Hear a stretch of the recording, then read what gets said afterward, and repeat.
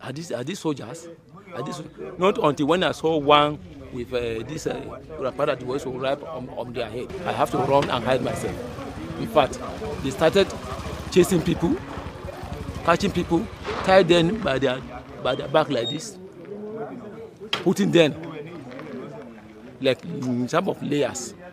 In fact, before 30 minutes, we just hear pa, pa, pa, pa, pa. When gunmen stormed Woro and Nuku communities in Kaiama local government area of Kwara State on February 3rd, killing at least 178 people, the scale of violence shocked the nation. But for residents of Nigeria's rural hinterlands, the massacre was less a surprise than a grim confirmation of a reality they have lived with for years.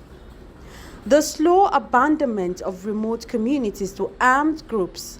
Survivors describe scenes of extreme brutality.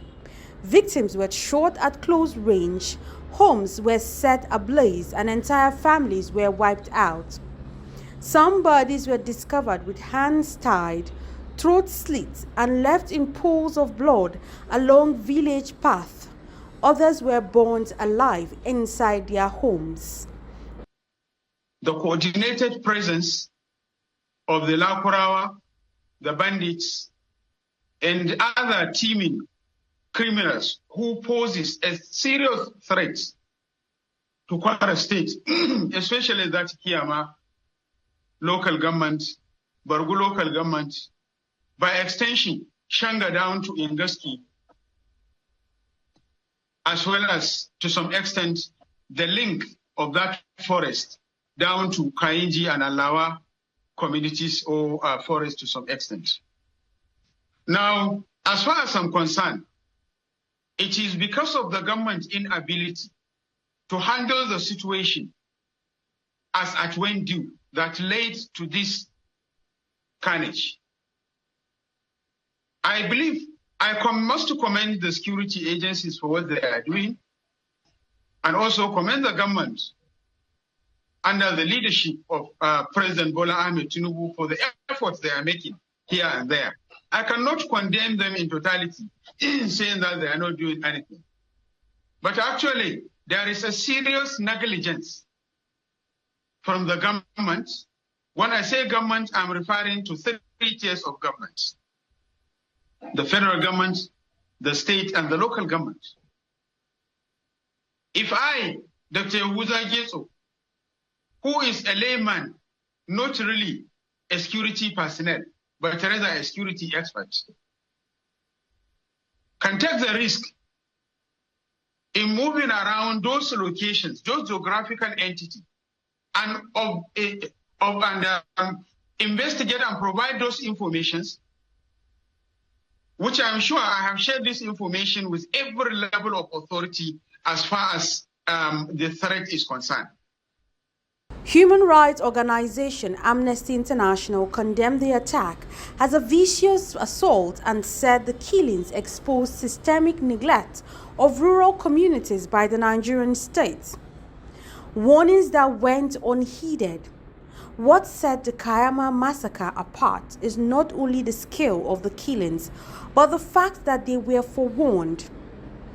Amnesty International confirmed that armed groups had been issuing threat letters and pamphlets to residents of the affected communities for more than 5 months, including as recently as 2 weeks before the attack.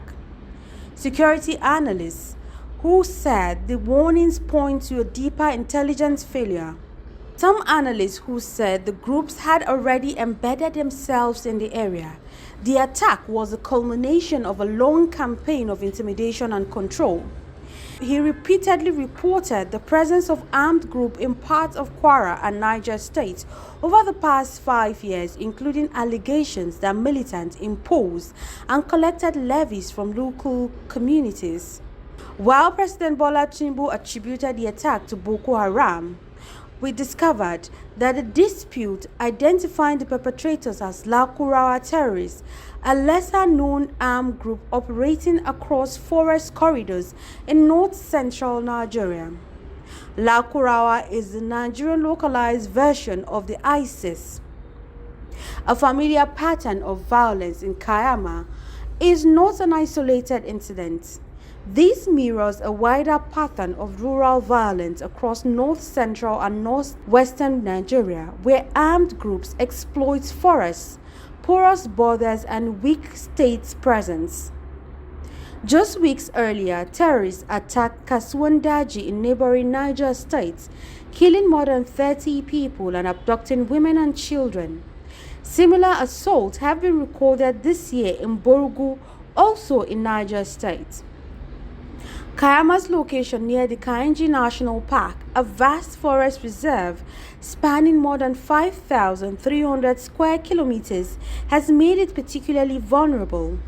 The park borders areas in Borgu and Yawuri, creating a network of forest routes that armed groups use to move, hide, and launch attacks across state lines. These are not isolated crime scenes. They are connected theaters of violence and linked by forests and rivers. Terrorist factions, including Ansaru and Boko Haram splinter groups, have increasingly used forest reserves such as Kainji, Alawa, and Yawuri as operational bases. After the dead are counted. Following the massacre, President Tinubu ordered the deployment of an army battalion and approved a new military operation, Operation Savannah Shield. Kwara State Governor Abdurrahman Abdulrazak also condemned the killings and promised enhanced security presence. My son is abducted. My friend has been killed. And my family, about 12 were killed. Yeah, 12 were killed in my family. So all in all, what we buried now, from yesterday to today, we buried about 178 now, and we are still searching for more. But for many residents, the arrival of troops after the dead had been buried offers little assurance. Security experts warn that Nigeria's counter-terrorism strategy remains largely reactive, responding after mass casualties rather than preventing attacks, despite early warnings. A country's hinterlands at risk. The Kaiama killings underline a stark reality. Nigeria's rural communities are increasingly becoming mass graveyards waiting to be noticed. In places where the state is absent, armed groups fill the vacuum, taxing residents, enforcing control, and ultimately unleashing violence. Unless Nigeria invests in proactive intelligence, early warning response, and community-based protection, analysts warn that the cycle of rural massacres will continue quietly, predictably, and with devastating human costs. For the families in Woru and Nuku, the warnings came, the help did not.